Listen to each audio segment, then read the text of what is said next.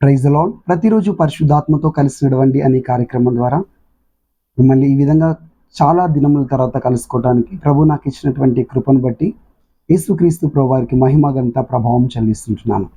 అందరూ కూడా బాగున్నారండి. ఈ 40 దినాలు కూడా బలముగా ప్రభు సన్నిధిలో మీ అందరి కొరకు కన్నీళ్లతో నేను ప్రార్థించున్నాను. అయితే మీకు మొదటిగా ఈ వాగ్దానాన్ని అందించాలని చెప్పేసి నా ప్రార్థనా గదిలోనే ప్రభు నాకు తెలియపరచడం జరిగింది. ఈ వాగ్దానం చాలా ఆశీర్వాదకరమైంది, చాలా దీవెనకరమైంది. లేవియా కాండము 20వ అధ్యాయము 24వ వచనం. పాలు తేనెలు ప్రవహించు ఆ దేశము మీకు స్వాస్థ్యముగా ఉండునట్లు దాన్ని మీకు ఇచ్చేదను. హల్లెలూయా. ప్రభు నిన్ను పాలు తేనెలు ప్రవహించేటటువంటి సమృద్ధికరమైన, దీవెనకరమైనటువంటి, ఆశీర్వాదకరమైనటువంటి దేశములోనికి, ఆ అనుభవములోనికి ప్రభుని నడిపించబోతున్నాడు. ఇజ్రాయేల్ ప్రజలు శ్రమలో, కష్టంలో, వేదనలో, బానిసత్వంలో ఉన్నప్పుడు ప్రభు వారికి ఇచ్చినటువంటి వాగ్దానం, ఇది కాదు మీ జీవితం.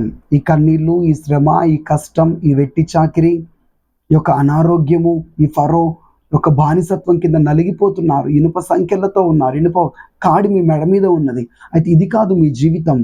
నేను మీ పట్ల ఒక అద్భుతమైన ప్రణాళిక కలిగి ఉన్నాను. ఏంటయ్యా అంటే, పాలు తేళ్లు ప్రవహించే దేశాన్ని మీకు ఇస్తాను.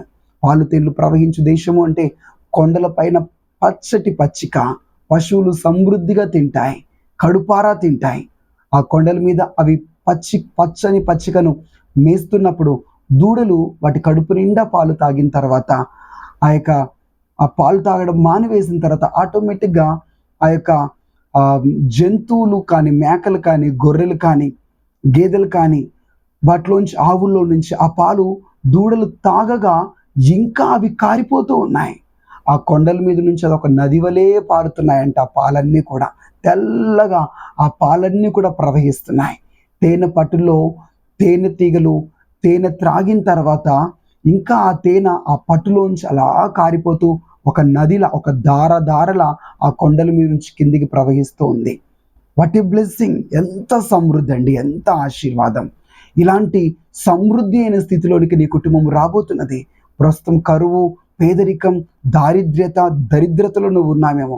అయితే ప్రభు ప్రొఫెటిక్గా, ప్రవచనాత్మకంగా మాట్లాడుతున్నారు. ఏంటి అంటే, ఈ యొక్క బానిసత్వ జీవితం, ఈ కన్నీటి, కరువు, పేదరిక స్థితి కాదు నీది. ప్రభు ఒక ప్రణాళిక కలిగి ఉన్నాడు. అది ఆశీర్వాదకరమైంది, అది దీవెనకరమైంది. ఇలాంటి పాలు తేళ్లు ప్రవహించే అనుభవము, ఈ ఆశీర్వాదం మీ జీవితంలో కలుగునుగా కానీ ప్రకటిస్తుంటున్నాను.